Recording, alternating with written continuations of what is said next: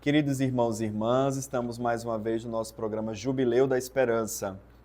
Eu queria cumprimentar todos aqueles que nos acompanham pela Rádio Excelsior de Comunicação e também pelo YouTube da nossa Arquidiocese. Continuamos essa série de programas sobre a Constituição da Liturgia Sacrosancto Concílio do Vaticano II. E em linha de continuidade com o programa anterior, nós estamos falando sobre as relações entre Sagrada Escritura e liturgia. A Sacrosanto Concílio número 24 nos pede que fomentemos aquele amor suave e forte pela Sagrada Escritura.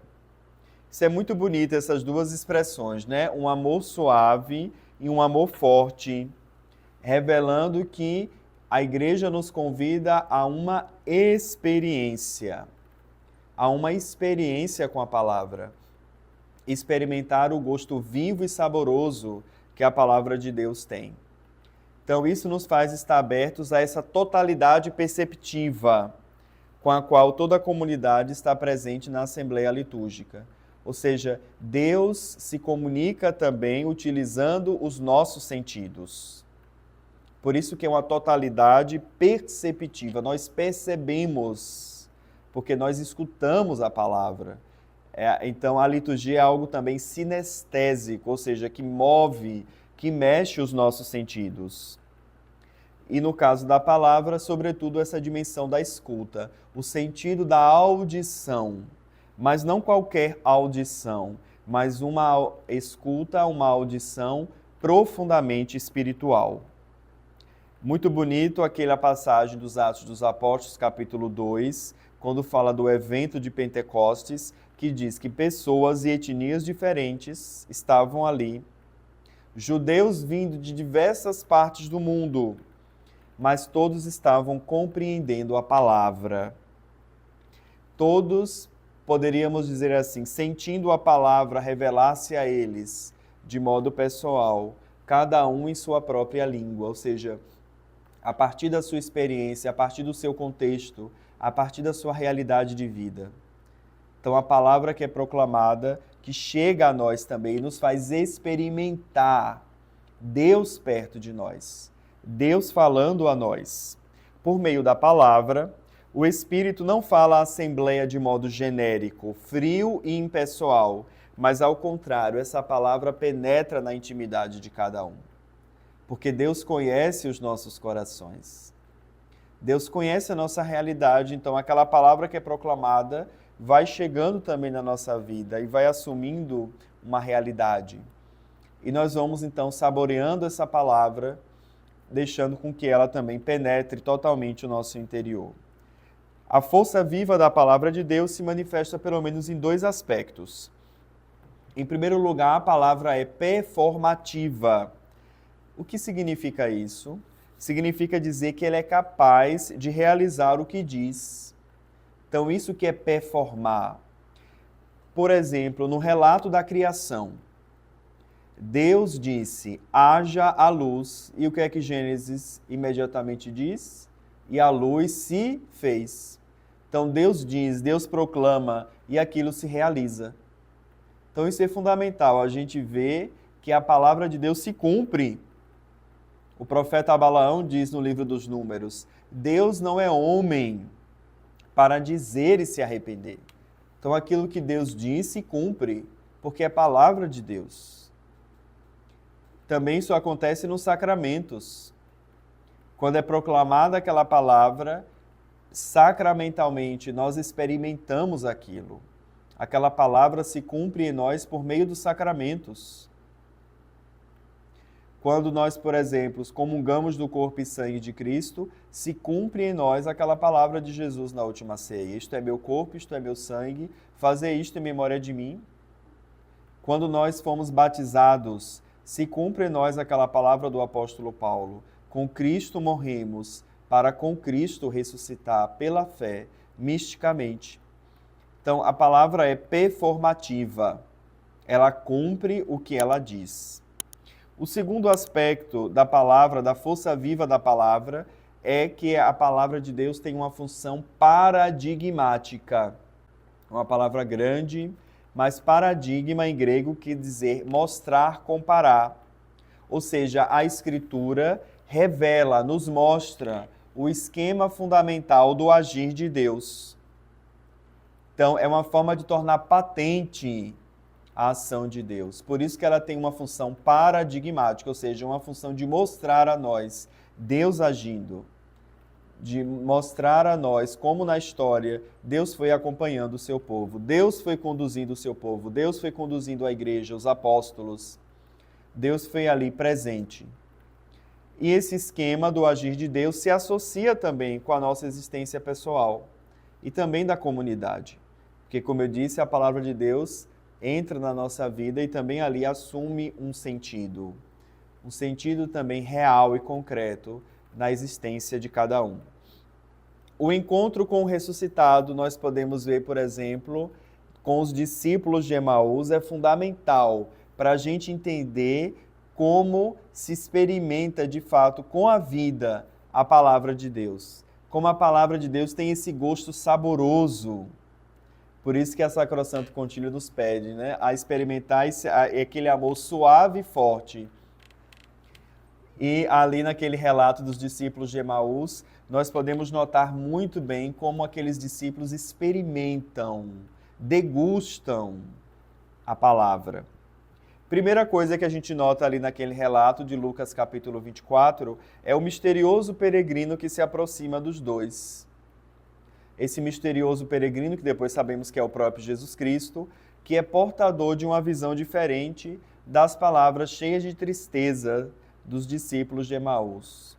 Eles mesmos perguntam, os discípulos perguntam para aquele peregrino misterioso, tu não sabes o que aconteceu em Jerusalém nos últimos dias? Como aquele que se chamava Cristo foi morto, isso já aconteceu há alguns dias, tu nunca ouviu falar nada disso?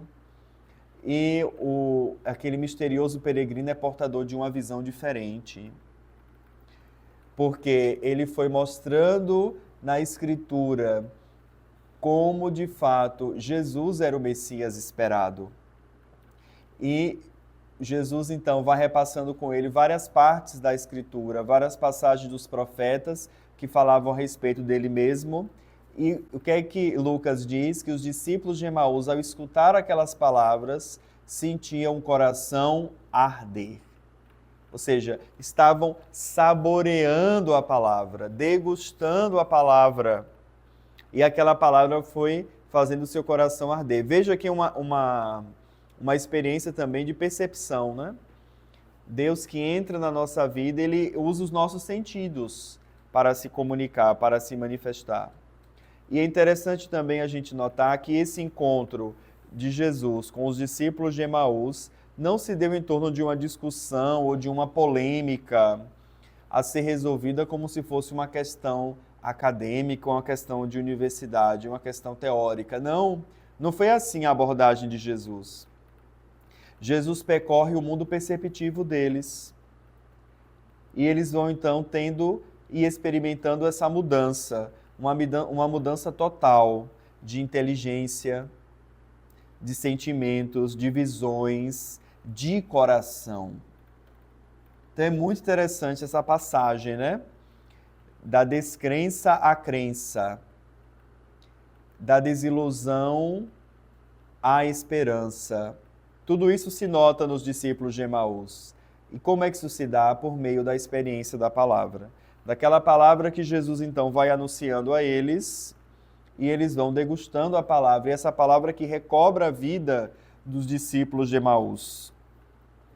A narração que Jesus faz evidencia o mecanismo profundo que anima esse processo transformador, que é realizado pelo ressuscitado e por suas palavras. Diante dos olhos dos discípulos de Emaús, Jesus liga as Escrituras aos fatos que eles mesmos viveram, transformando o modo como eles os entenderam. Então isso é muito interessante, porque eles experimentaram na sua vida, historicamente, tudo aquilo, mas não tinham se dado conta que estavam vivendo a palavra. Por isso essa importância da abordagem de Jesus. Jesus chega até eles e diz: como sois lentos para crer? em tudo aquilo que foi anunciado pelos profetas? Como sois lentos? E Jesus, então, vai animando o coração deles, vai fortalecendo. E como é que esse encontro termina? Como é que esse encontro com o ressuscitado termina? Termina a mesa eucarística. Porque finalmente eles sentem o coração arder, mas ainda estavam na incerteza se era o ressuscitado. E como é que eles tiveram a certeza de que de fato ali era Jesus ressuscitado caminhando com eles? Eles o reconhecem. Olha, veja também essa dimensão da percepção. Eles o reconhecem ao partir o pão. Com isso a gente quer dizer que não é que a experiência de fé se reduz a um sentimentalismo. Não é nesse sentido, mas queremos entender, queremos expressar que a nossa experiência de fé, a nossa experiência com Cristo ressuscitado, ele se dá também de forma concreta e real a partir da nossa percepção, a partir da nossa dimensão dos sentidos. Deus nos fala. Por isso a importância do toque de Deus, né? Os evangelhos, quando narram os milagres de Jesus, os sinais que Jesus realizou, sempre tinha isso, o toque. O toque de Deus, que é sinal da encarnação, um Deus que era intocável e agora um Deus que se deixa tocar a nós pelos sacramentos. E todo sacramento tem essa dimensão sinestésica, ou um toque, ou então a dimensão do aroma, né? Por exemplo, usamos incenso, usamos o óleo, usamos a água, degustamos quando comungamos o corpo de Cristo, quando bebemos o seu sangue. Então tem sempre essa dimensão sinestésica, ou seja, essa dimensão dos sentidos. Com isso queremos dizer que a experiência de fé vai além de uma teoria. Senão dá a ideia que a gente está aqui só ensinando doutrina, doutrina, doutrina, teoria, teoria, teoria, ideia, ideia, mas não, é uma experiência. É algo que a gente sente na pele. Não significa dizer que a fé é só emoção. A fé sequer é um sentimento, a fé é uma experiência concreta, histórica. Deus agindo na minha vida. Perceber a ação de Deus na minha vida. Isso que é a fé. E os discípulos de Emaús viveram isso. Puderam escutar a palavra de Deus e saborear essa palavra. E por fim o Senhor se revelar a ele no sacramento da Eucaristia. Por isso a gente precisa entender e ter muito cuidado, porque na nossa prática pastoral, a dissociação entre Sagrada Escritura e liturgia leva a perigosos desequilíbrios. Quando a Sagrada Escritura, por exemplo, é desconsiderada, não é valorizada, o rito celebrativo fica como que esvaziado de seu canal original e acaba levando a dois desfechos possíveis, que, embora opostos, obtêm o mesmo resultado. Ou desvirtuamos a própria liturgia e fazemos perder o gosto saboroso do encontro com a palavra. Esse é o primeiro perigo. Confundir criatividade com arbitrariedade. Ou seja, desvalorizar a palavra que é proclamada, desvalorizar a liturgia da palavra e focar apenas nos ritos. E aí a tendência é começar a inserir outras práticas estranhas, né?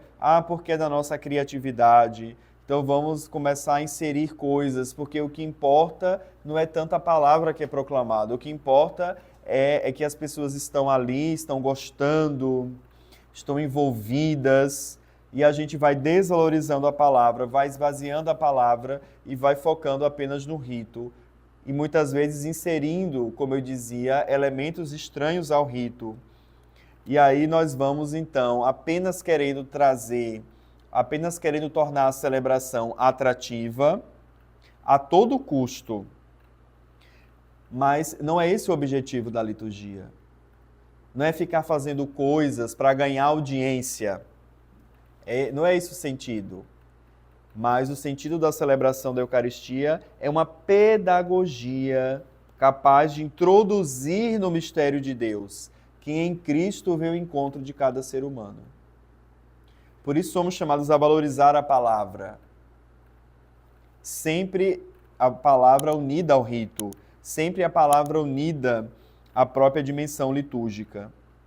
Assim, quando a liturgia não mais se orienta pela Sagrada Escritura, pode ocorrer ainda, como eu disse, um segundo perigo, ela tornar-se rígida nas normas rituais. Então, o chamado de rubricismo, que é uma forma de mortificar a celebração e extingue a vida dos fiéis em uma repetição estéril. Ou seja, fazer da Eucaristia uma celebração quase que mecânica, de cumprimento frio de rubricas litúrgicas. Não é que elas não são importantes, é óbvio que são importantes, é óbvio que devem ser seguidas, mas existe um espírito por trás das orientações que estão ali. É tornar a celebração viva, é tornar de fato uma celebração efetiva do mistério pascal de Cristo. Então esses são os dois perigos que a gente tem quando nós desvinculamos a palavra da liturgia, quando não valorizamos suficientemente a palavra da liturgia, ou descambamos para uma criatividade selvagem, ou seja, algo desordenado e arbitrário, porque precisamos tornar a celebração atrativa, então vamos fazendo tudo o que é possível e até às vezes alterando os ritos, o sentido original dos ritos, ou então nós, ao esvaziarmos a palavra, focamos apenas no cumprimento estrito de rubricas, ou seja, no cumprimento estrito de orientações que estão ali no missal, sabe, de forma muito estrita, de forma muito fechada e mecânica, e aí a gente acaba perdendo a beleza da palavra. Não são robôs que celebram, mas são pessoas de carne e osso. Com isso, eu quero dizer que nós somos chamados a ter zelo pela celebração da Eucaristia. Ou seja, seguir de fato tudo aquilo que a igreja nos orienta. Mas ao valorizarmos a palavra é como essa carne, né? Que permite dar forma, dar músculo a esse esqueleto das rubricas. Porque ela permite que aquela celebração feita com dignidade, respeitando as orientações dadas pela igreja, respeitando as orientações dadas nos livros litúrgicos, mas que aquela palavra ela é capaz de dar vida, ela é capaz de dar sentido às rubricas. Ela é capaz, assim, de iluminar toda aquela celebração. Então, é preciso que haja esse equilíbrio, né? Entre a valorização e valorizar essa relação entre palavra e liturgia. Devemos humildemente retomar a Sacrosanto Concílio em sua definição precisa de liturgia, como nós escutamos no número 5, a perpétua atuação do mistério pascal de Cristo. Por isso que disse o Papa Francisco recentemente, a liturgia não é o campo do eu acho, mas a manifestação da comunhão eclesial. Portanto, nas orações e nos gestos, deve sempre ressoar o nós e não o eu, ou seja, a comunidade real, não o sujeito ideal. Então, é uma celebração da comunidade, portanto, deve ser uma celebração viva. E no centro da comunidade está o Senhor ressuscitado, que se manifesta a nós na palavra e se manifesta a nós no seu corpo e sangue, dado em cada celebração eucarística. A Sacrosanto Concílio, ainda sobre esse tema, no número 35, nos traz 4 recomendações que são concretizações profundas das disposições litúrgicas dadas por esse próprio documento. E nessas 4 recomendações, nós podemos perceber que o concílio sempre quis valorizar essa união entre palavra e liturgia. Qual é a primeira recomendação? Se estabelece a Sacrosanto Concílio que durante as celebrações se ofereça a leitura da Sagrada Escritura mais abundante, mais variada e muito mais bem selecionada. Por isso que foi feita a publicação de novos livros litúrgicos e novos lecionários, onde a gente pudesse ter muito mais palavras à disposição das assembleias litúrgicas. Então aí nós tivemos a criação desses chamados 3 anos litúrgicos, ano A, ano B, ano C, que é o ciclo dominical, onde nós vamos escutando palavras de cada evangelista, a depender do ano. Ano litúrgico A, escutamos os evangelhos dos domingos, Mateus, no ano litúrgico B, Marcos, e no C, Lucas. e aí acompanhadas de leituras do Antigo e do Novo Testamento, de modo que há um enriquecimento do lecionário com mais leituras bíblicas, com mais passagens da Escritura, bem como também no ciclo diário, da missa diária, nós temos o ano par e o ano ímpar, e da mesma maneira foram inseridos muitos outros textos bíblicos, aumentou muito, consideravelmente, o acesso, né, dos cristãos, dos católicos, à palavra de Deus na missa. Então nós aumentamos assim muito. Antes da Reforma Conciliar, é claro que se lia a palavra nas celebrações, só que eram tudo em latim. Mas e agora, depois da Reforma Litúrgica, aumentou-se muito esse número, de modo que a gente consegue ler as principais partes da Escritura na missa nesses 3 anos litúrgicos, e considerando também o ciclo diário, o ciclo litúrgico diário. Então, se alguém vai todos os dias para a missa durante 3 anos seguidos, consegue escutar na celebração as principais partes da Escritura, de toda a Bíblia. Então, isso já foi um ganho muito grande, que foi uma recomendação que o Concílio Vaticano II fez, de dar aos fiéis, dar acesso aos fiéis nas celebrações litúrgicas, da leitura da Sagrada Escritura mais abundante, mais variada e mais bem selecionada. Qual é a segunda recomendação que a Sacrosanto Concílio faz?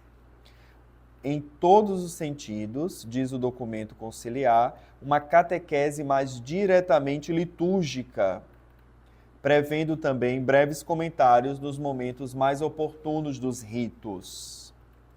Então, foi aí que foi pedida que se fizesse uma formação para a liturgia. É uma das coisas também que o Papa Francisco retomou recentemente na Carta Apostólica Desiderio Desideravi, uma formação para a liturgia e a partir da liturgia. Então, essa é a ideia da catequese litúrgica. Nos preparar também para a celebração. Nós precisamos ser educados para a liturgia. Ser educados para uma correta participação, para uma frutuosa participação na Eucaristia.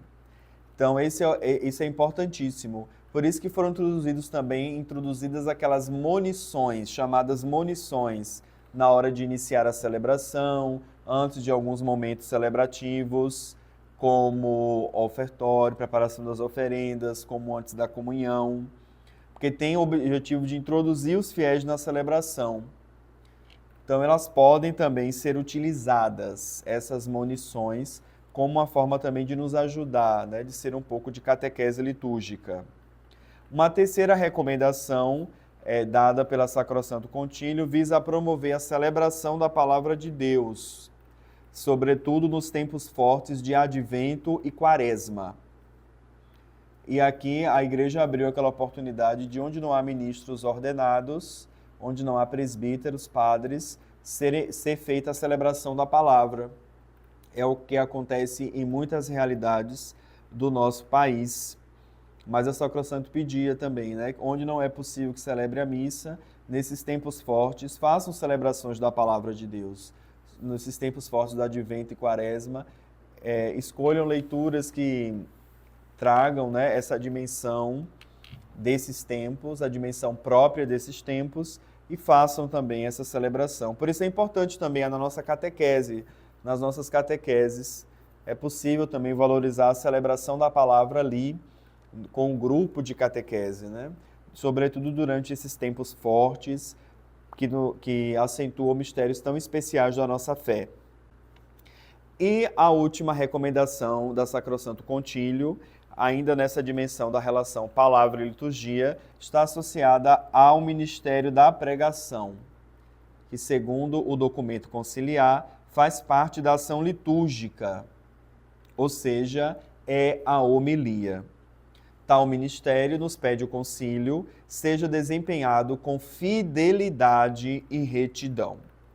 E aí é fantástico sobre a homilia, os ensinamentos do Papa Francisco na sua primeira encíclica, Evangelii Gaudium. Então vale a pena a gente retomar e conhecer alguns ensinamentos que o Papa deu sobre esse ministério da pregação, da homilia, na Evangelii Gaudium. É muito interessante que o Papa declara, né, nesse documento, a necessidade de uma avaliação séria, porque a homilia é o ponto de comparação para avaliar a proximidade e a capacidade de encontro de um pastor com o seu povo. Então, o Papa pedia justamente isso, essa avaliação séria, ou seja, esse exame para checar, de fato, se a homilia está, de fato, está sendo um exercício de um ministério fecundo, porque ele também é capaz de avaliar essa proximidade com o povo, esse momento de encontro do pastor, do ministro ordenado, com o povo que foi a ele confiado. A homilia é a retomada desse diálogo que já está estabelecido na liturgia da palavra. Então, Deus que fala ao seu povo. E a homilia quer dizer isso, né? Conversa familiar. Então, ela é uma retomada dessa dimensão do diálogo de Deus com o povo, por meio do ministro ordenado, agora sendo dirigido ao povo. Por isso, o Papa pedia que a homilia deve ser breve. Os ministros ordenados devem fazer essa sábia gestão do tempo, já que a palavra do pregador não é mais importante do que toda a celebração da fé. Então, o Papa é muito consciente dessa questão da brevidade da homilia. Por isso, ele já falou em muitas outras oportunidades a respeito desse assunto. Porque a homilia não é uma palestra, a homilia não é uma catequese, a homilia não é uma meditação, mas é uma atualização daquela palavra naquele contexto. Pode ter também uma explicação, pode conter uma explicação da palavra, mas deve ser sempre também uma exortação ao povo a partir daquela palavra que foi proclamada. Diz o Papa que quando a homilia é muito fraca e apressada, mortifica o sentido da assembleia convocada pela palavra do Senhor para acolher o dom de Deus. Por isso o Papa diz que a homilia é uma questão de coração. A igreja é mãe e como mãe prega aos seus filhos. E é nesse espírito materno eclesial que se deve cultivar a proximidade cordial do pregador, do tom caloroso na sua voz, da mansidão do estilo das suas frases e da alegria dos seus gestos. Continua a Evangelii Gaudium. De fato, a homilia é isso. É um diálogo, diz o Papa, entre pessoas que se querem bem e não se conclui apenas com uma simples comunicação da verdade. A homilia é uma comunicação entre corações, diz Francisco.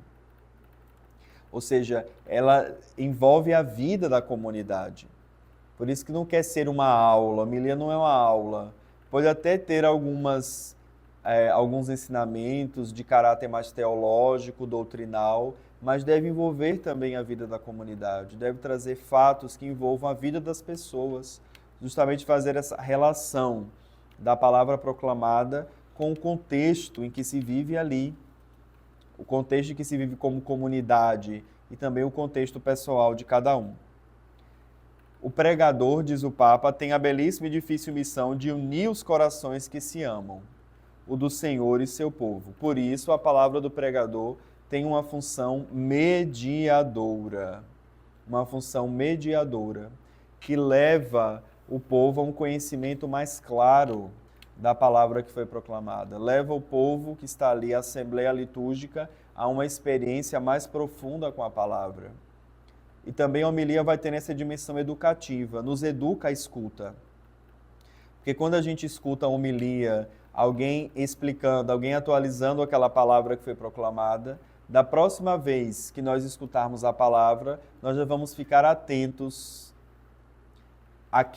mais atentos ainda àquilo que está sendo proclamado, porque sabemos que, pela palavra do pregador, aquela palavra ganhou um sentido. Então isso é muito interessante, nessa dimensão também educativa da homilia, que nos vai fazendo estar cada vez mais atentos à palavra, porque aquela palavra vai sendo iluminada pelo pregador, ela vai sendo esclarecida, vai sendo explicada. Então aumenta o gosto da Assembleia na escuta da palavra. há uma forte recomendação do Papa Francisco com a preparação adequada da homilia. Diz o Papa que um pregador que não se prepara é desonesto e irresponsável quanto aos dons que recebeu. Por isso, esse cuidado, né? Desde Bento XVI também já se falava muito desse cuidado que os ministros ordenados são chamados a ter na preparação das suas homilias. Saber que é um verdadeiro ministério, saber que de fato é Deus falando ao seu povo, é Deus ensinando o seu povo, utilizando como instrumento o pregador, aquele que faz a homilia. Então é muito importante, diz o Papa, essa preparação, não fazer nada de improviso. O texto bíblico é o fundamento da pregação. Por isso ele deve ser estudado com máxima atenção, diz o Papa, e santo temor. Por isso a necessidade sempre de um empenho contínuo e sério no exercício desse ministério. O Papa faz um pedido na Evangelii Gaudium. Ele diz assim: atrevo-me a pedir que em todas as semanas se dedique um tempo suficientemente prolongado a essa tarefa. Ou seja, se dedique tempo à preparação, ao estudo, para que se possa fazer uma homilia, ao estudo da Palavra de Deus, para que se possa fazer uma homilia, para que aquele ministério seja de fato eficaz, seja bem realizado. E o Papa falava de uma coisa interessante também, dessa dimensão da linguagem positiva. Ele diz que ficar preso às broncas é improdutivo. Então a homilia é chamada a ter essa linguagem positiva. Ou seja, nós somos chamados, nós somos convocados por Deus a fazer a sua vontade.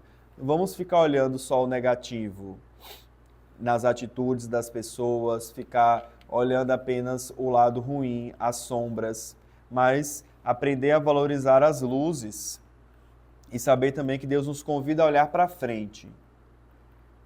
O exame de consciência que a igreja nos pede para fazer nas noites, na oração das completas, no início da igreja, era feito pela manhã, no início do dia. Então é muito interessante, alguém podia dizer, mas como fazer o exame de consciência no início da manhã? De fato, porque se tinha essa consciência de que Deus nos chama não a ficar olhando para os nossos pecados, mas a olhar para frente, a olhar para Ele, em direção a Ele. Assim também nos pede o Papa no exercício da homilia, no exercício da pregação. Não ficar apenas olhando para os pecados, mas olhar para frente, olhar para o caminho que Deus aponta, esse caminho de salvação que Deus nos quer conduzir, que Deus quer conduzir o seu povo. Sabemos que somos ainda pecadores, que somos falhos, mas Deus nos ama. Deus nos quer tirar dos nossos pecados. Então esse é o desejo do Papa também, né? Que as pregações não se transformem em broncas, em reclamações, em puxões de orelha, mas seja uma forma de nos educar a caminhar em direção a Deus, nos educar à perfeição cristã. Assim, nós podemos notar, com tudo isso, com todo esse desejo do Concílio Vaticano II de unir a palavra e a liturgia, que ele quer acentuar essa profunda ligação entre a ação litúrgica e a proclamação da palavra de Deus. Por isso, o desafio que isso nos coloca também é o desafio da formação litúrgica de todo o povo de Deus. Para que a liturgia cumpra sua função formativa e transformadora, pastores e leigos precisam ser introduzidos para aprender seu significado e a linguagem própria da liturgia, a linguagem simbólica da liturgia. O Papa Francisco diz que a formação litúrgica é uma questão decisiva. Ele disse isso nessa carta apostólica Desiderio Desideravi. É aquilo que eu já falei. O Papa deseja nos formar, que nós nos formemos a partir da liturgia, ou seja, a partir da celebração litúrgica e também para a liturgia. Tem momentos que nos ajudem a entender melhor o que nós estamos celebrando. Então, essa dupla dimensão. A liturgia é algo que nós conhecemos mais ao estudar sobre, ao aprender sobre, mas é algo também que nós conhecemos mais experimentando a própria liturgia, no interior da própria celebração, no próprio ato celebrativo, já é um ato formativo que nos educa. Então são essas duas dimensões na formação litúrgica que nós, como povo de Deus, somos chamados a valorizar. A formação litúrgica para a liturgia, ou seja, aprendendo os conceitos, aprendendo os momentos, o sentido da celebração, e também a formação da liturgia a partir da própria celebração, a partir do próprio ato celebrativo. Por isso que a palavra de Deus ela nunca se pode desassociar do ato litúrgico. Ela é que dá conteúdo e valor salvífico aos ritos da liturgia. E é na liturgia que se realiza aquilo que a palavra proclama. E aí a comunidade vai adquirindo o conhecimento mais profundo da palavra e vai se deixando assim transformar e revigorar por ela. Por isso, queridos irmãos e irmãs, a importância, então, mais uma vez que nós acentuamos, de nos educarmos como essa comunidade da escuta. Sermos esse povo da escuta que se coloca como uma assembleia. Deus que fala aos seus filhos. E somos chamados, então, a abrir o nosso ouvido interior, para deixar que essa palavra entre em nós. No dia do nosso batismo, aquele que celebrou, o presbítero, o diácono, colocou a mão nos nossos ouvidos e disse éfata. Aquele mesmo gesto, aquela mesma palavra que Jesus disse ao curar aquele surdo.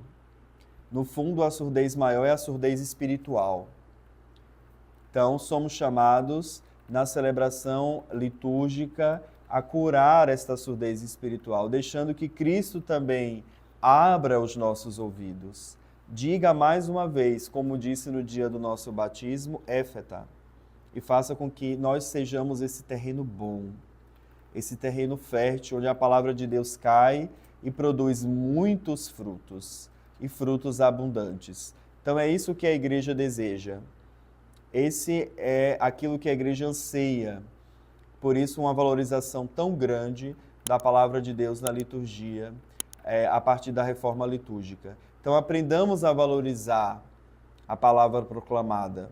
Conheçamos mais os lecionários, conheçamos mais como estão organizadas as leituras. Tudo ali tem um esquema, tem um sentido, para que a gente possa, então, celebrar melhor. E celebrando melhor, possamos viver melhor a nossa experiência cristã. Então, assim nós encerramos o nosso programa de hoje e eu espero você na próxima semana. Que Deus abençoe. Até lá.